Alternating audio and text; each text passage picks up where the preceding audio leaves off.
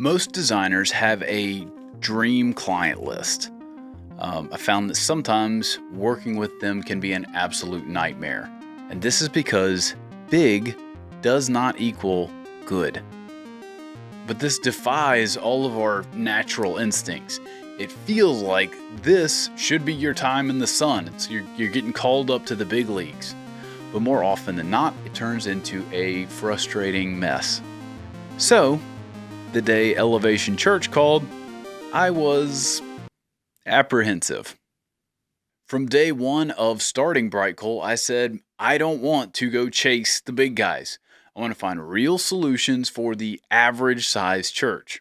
And like a properly seasoned designer, I have a list of reasons not to chase the big clients. Number one is red tape. You're usually not able to actually talk to the right people. There's so many layers of the bureaucracy and don't do this and don't break that really, like, all the life and spark just get choked out of the creative process. Number two, over-engineering. I've seen some brand guides that are enormous. Unless you're NASA, this is typically overkill and ends up becoming a creative prison. And it takes a lot of restraint to build tools that are only as large as you need at that time. And I found that the longer an organization is around and the bigger it is, the more risk there is for over-engineering and things just getting unnecessarily complicated. Number three, they're used to getting their way. They might be ugly about it, they might be polite about it, but they're accustomed to their vendors and relationships catering to their unique requests or specific way of doing things. To illustrate, here's a phone call that I had last year. Hello, we are one of the top 25 churches in the US, and 5 different people told us to call you. Hey, great to meet you. Hey, can you please change everything about your process and overpromise to make sure that you meet all of our wildest desires? I actually don't think that will produce the results that you're looking for. Goodbye. And the fourth and final reason that I don't chase big clients is the biggest one. There's so many other underserved and overlooked folks out there. Why wear yourself out chasing the same big client that everybody else wants when you could work with tons of other folks who actually feel the benefit? The relationship feels a lot more collaborative and less lopsided. So, the day Elevation Church called, I was apprehensive. We've got this recurring event that we like to build a brand around. It's called Dream Week. Continuing in the legacy of Dr. King, each of our campuses sponsors a local nonprofit in their community. They ask the nonprofit a simple question: what is your dream? What's a project or need that you cannot fill on your own? It could be building an expensive handicapped entrance. It could be ongoing manpower to help get the mission done. Then each campus spends the next year pulling out all the stops to bring that dream to life. At this point, I'm already invested. The concept sounds so cool. And while I've been taking jabs at the big boys already in this video, we all, myself included, still get a little starry-eyed when the opportunity presents itself. How cool does it sound to put Elevation Church on the client list? But is it worth it to compromise on all the principles and methods that have served our clients so well over the years? Venturing too far off course hurts us and doesn't serve them. Fortunately, I didn't have to choose. They listened to my recommendations and requests on the process, and we were able to reach a path forward that felt like a healthy fit for all parties. They'd already done a good bit of exploration with their team on possible directions for the project, and this is the moment the second set of rocket boosters ignited for my excitement for this project.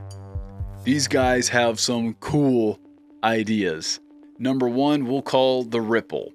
It's basically a metaphor for the impact continuing out beyond Dream Week itself, because this is a recurring event and because it's not just a single moment in time, but something that is a continuing exercise throughout the year for these campuses.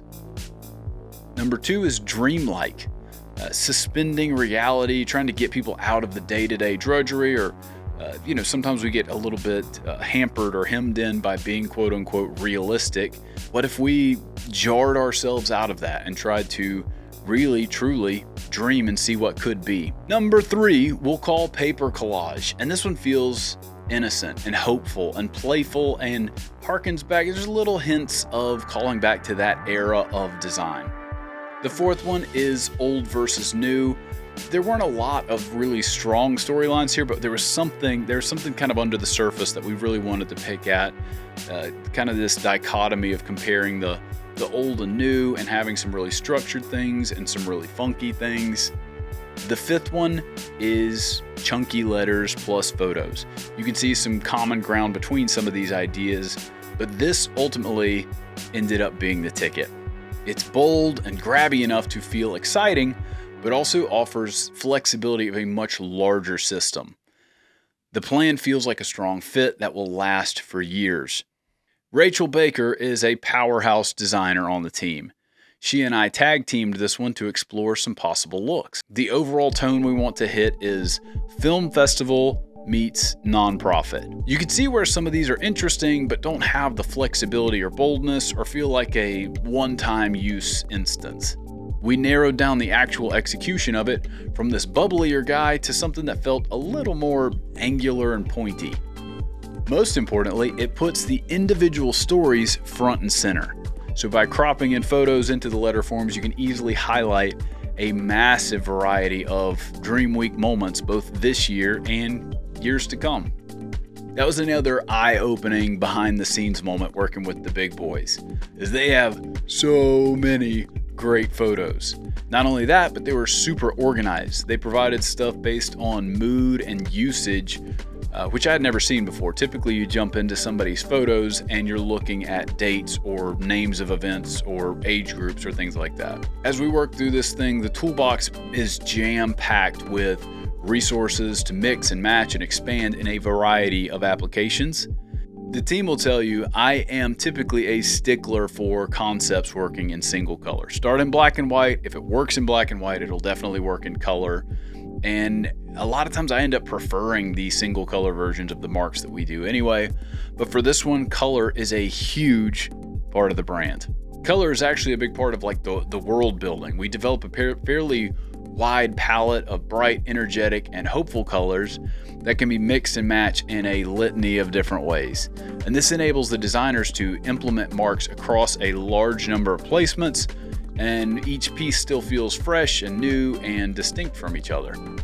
Another little nugget is when you explore enough of the neighborhood around your idea, sometimes you find things that don't fit the main project, but they can be repurposed later. In this case, we discovered that the paper and dreamlike concepts could actually be applied as themes for possible ways to skin Dream Week in the future if it needed a refresh.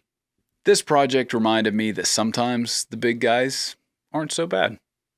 Sometimes the big guys are big for a reason, because they've got great people, great systems, and vision. Big doesn't mean good, but it also doesn't mean bad. As you walk into your next opportunity, try to look past the surface and really lay down your expectations, but hold on to your values. Like me, you might be surprised what happens on the other side.